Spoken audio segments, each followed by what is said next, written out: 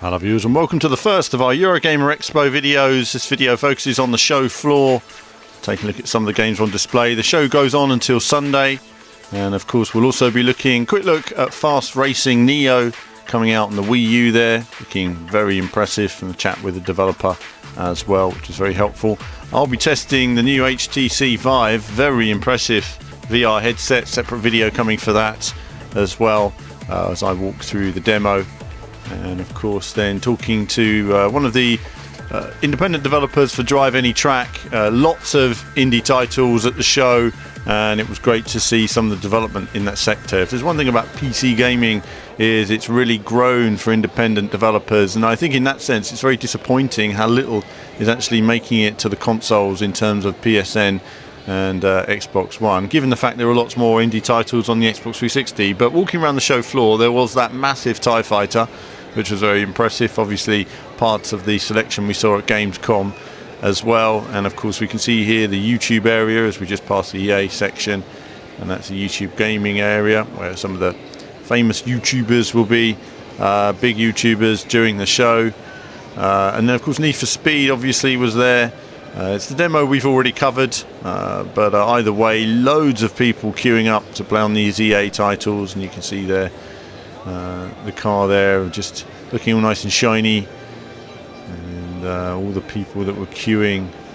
There's loads of people queuing. This was you know, early in the morning as well. This is early access people, all couldn't wait to get on the EA. And obviously you've got board game section there if you're a bit old school, and of course Project Cars had their stand there as well, and they're working on their esports tournaments. So get on there, you know, if you're good at Project Cars, have a race round, show what you're capable of, and set a time on there. And it certainly was a lot of people having fun. And of course Replay Ages, they had the replay section which shows all of the old consoles. Obviously I'm a gamer over the ages, and we see SNES, we've got the maracas there for Samba de Amigo, people enjoying that. Every type of console was there with different types of games. Really nice to see the wide selection. Got Micro Machines there as well, and a group of people enjoying that. Amazing fun back in the day, you know, playing that with 4 players. You know, a long time ago now, 20 years ago, playing that game, over 20 years. Of course, then you had like evolution of games on display. So you've got Mario Kart from the SNES upward there on the N64, GameCube and the Wii. Everyone enjoying the different versions of Mario Kart as we move through the ages as well. This will all be very busy at the show today. I mean, this was filmed on the Thursday, which is the quieter day. Bit of Lilac Wars there, some people were playing. But it was great to see the old games bringing everybody together. A lot of these young people, you know, won't remember a lot of these machines. The NES. Oh, this is the Star Wars selection. So again, you see the evolution of the Star Wars games. Super Empire Strikes Back there, and that was amazing at the time on the SNES. Wow, back in the day was awesome. And then of course PlayStation and Xbox 360 we have on the end as well. So it shows the nice evolution of gaming. Every iteration, you know, things went 3D, and Mega Drive and SNES there side by side. They were the rivalry. Now it's Forza and Project Cars, but back then it was how many colours could you have on screen. Then just a overview of the area, some of the old computers and everything that was there. It was great. Just you know, really nice to indulge in this area when gaming was simple. It wasn't complex. It was easy to get into. The Atari 2600, the Vectrex, still a great system. Wonderful arcade feel it still has today.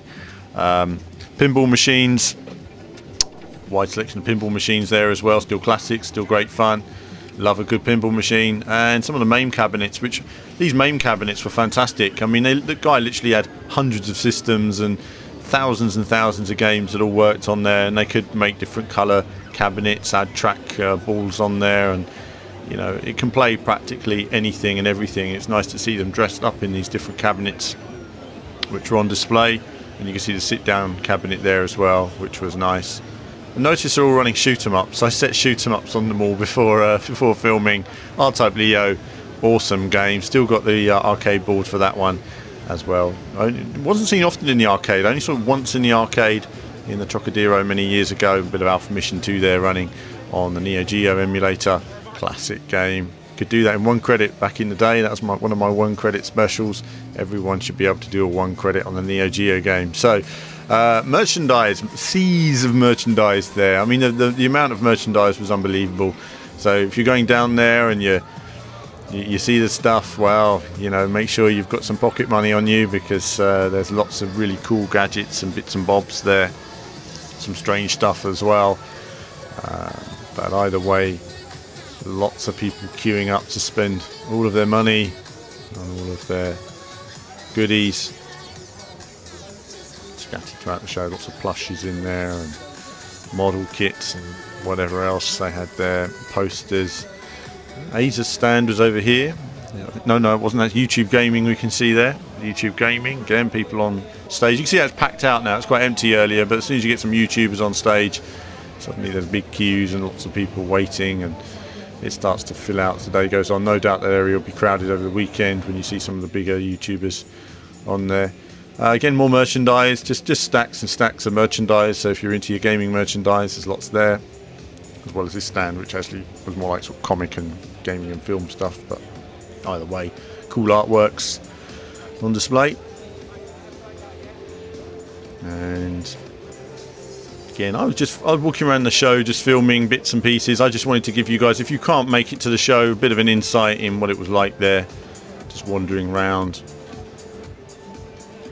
We haven't filmed the 18 plus area because it's naughty. It's 18 plus. No, but there was a big 18 plus area as well, but I was mainly on the main show floor for this filming. Obviously I was looking for driving games where possible. There weren't so many at the show. Big Warhammer spider thingy. It's impressive. And really that's the Aza's stand over there. Aza's just showing off their kit basically. I don't know what else was going on the stand, but lots of people interested. And then on to the Microsoft Xbox stand, which was impressive as ever. Big stand there from Microsoft. Lots of PCs and computer equipment that scan computers were there. And we can see the Microsoft area with Forza Motorsport 6.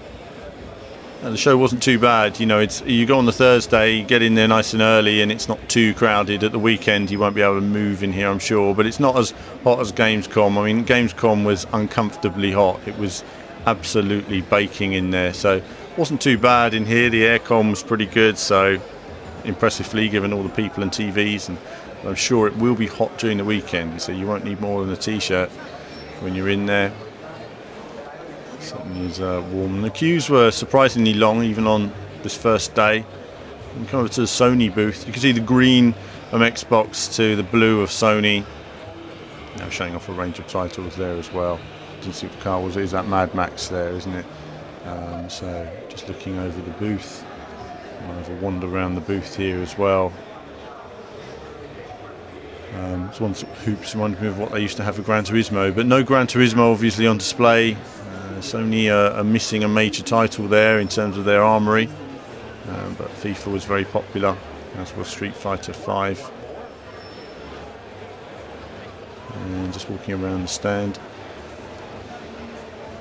nothing necessarily really caught my eye. You know, there was a lot of stuff that we've already covered at Gamescom at this show, but for you guys, obviously you've not seen it, played on it, to play the new releases, it's great to get along there. In these little booths here, they have Morpheus. So the Morpheus demos were taking place here. Morpheus, very impressive. More impressive than I was expecting. I mean, obviously it's still 1080p resolution, but it rests nicely on the head. Very comfortable to wear. Was intuitive, but it really depends on how the games are made as to how well it works. And then a bit of Street Fighter, just looking at other parts of the stand. And again, more and more FIFA action taking place. So that was the Sony stand, the main parts, and then they also had a Ridge Race competition. I had a quick go on Ridge Racer, had a little race round, but I was a bit rusty, and there was a technique that someone had used to get the fastest time. I couldn't remember what it was at the time. I remembered now, and I might do another video just to show you guys how to be competitive on it if I have time. So But it was good just to play it. You know, I was there 20 years ago playing it. I'm there now playing it. You know, it was a moment in history playing that game. And I tell you what, you know, nothing has blown us away like Ridge Racer blew us away in 1994. And I don't think you'll ever get really just how impressive that was for its time. But that's it for this first video on the show floor. And there'll be more from me, more action from the Eurogamer Expo in the coming days.